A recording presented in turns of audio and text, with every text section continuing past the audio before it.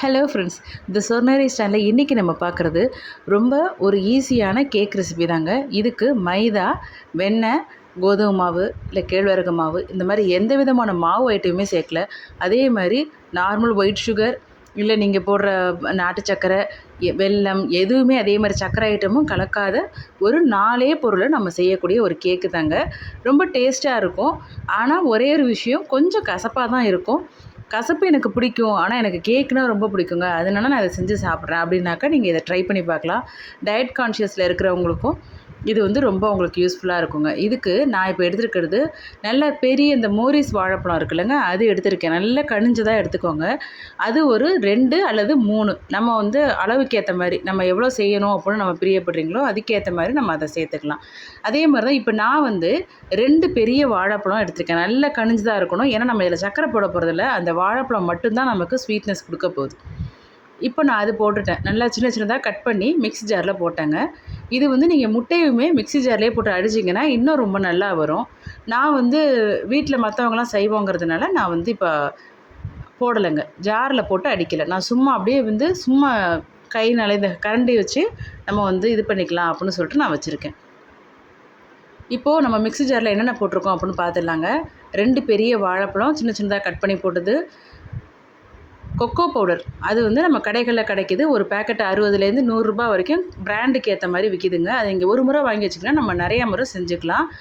அது வந்து நான் இப்போ வந்து கரெக்டாக ஒரு 4 டீஸ்பூன் கலந்துருக்கேன். வேறு அவ்வளோதான் அளவு போட்டிருக்கேன். 10 கிராம் வந்து நம்ம பேக்கிங் பவுடர், இதுக்கு பேக்கிங் சோடா தேவையில்லைங்க, பேக்கிங் பவுடர் மட்டும்தான் போட போகிறோம்.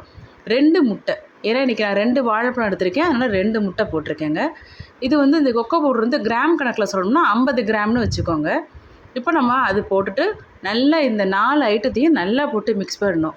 இது வந்து நீங்கள் சின்ன டீஸ்பூன் இருக்குல்ல, அதனால எடுத்திங்கன்னா உங்களுக்கு ஒரு 1.5லேருந்து 2 டீஸ்பூன் போட்டுக்கோங்க. கரெக்டாக 10 கிராம் அளக்கிற மாதிரி நீங்கள் பார்த்துக்கோங்க. பேக்கிங் பவுடர் மொத்தம் 4 பொருள் தாங்க. நம்ம நல்லா போட்டு மிக்ஸ் பண்ணணும். நீங்கள் பிளெண்டர்லேயே போட்டுக்கிறதுனாலும் நீங்கள் நல்லாவே போட்டு மிக்ஸி ஜார்லேயே அடிச்சிட்டிங்கன்னா இன்னும் நல்லா உங்களுக்கு ஃப்ளஃபியாக வரும்.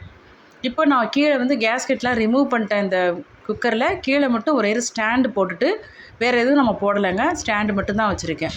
ஏற்கனவே ப்ரீ ஹீட் பண்ணி வச்சுட்டேன் குக்கரை. ஒரு 5 நிமிஷமாக அது வந்து ஹையில் வச்சு இப்போ நான் சிம்மில் மாற்றிட்டேன். இப்போ கேஸ்கெட்டையும் ரிமூவ் பண்ணியாச்சு, மேலே உள்ள அந்த விசிலையும் எடுத்தாச்சுங்க. இப்போ வந்து வச்சுட்டு நீங்கள் வந்து ஒரு கரெக்டாக அரை மணி நேரத்துலேருந்து 40 நிமிஷம் ஆகுங்க இது வேகிறதுக்கு. நம்ம வைக்கிற அந்த பாத்திரத்தோட அந்த டெப்த்தை பொறுத்தும் இருக்குது உங்களுக்கு வேகிற டைம். இப்போ அவ்வளோதான், உங்களுக்கு சூப்பரான கேக் ரெடி ஆகிடுச்சு. உங்களுக்கு தேவைப்பட்டுச்சுன்னா மேலே சக்கரை தூள் போட்டுக்கோங்க. ஒரு வேளை டயட் கான்ஷியஸாக இருக்கீங்க அப்படின்னாக்கா அது கூட நீங்கள் அவாய்ட் பண்ணிடலாம். பட் இது கொஞ்சம் கசப்பாக தாங்க இருக்கும். குழந்தைகள் சாப்பிடுவாங்களான்னு நமக்கு தெரியல, ஏன்னா இது கொஞ்சம் கசப்பாக தான் இருக்கும்.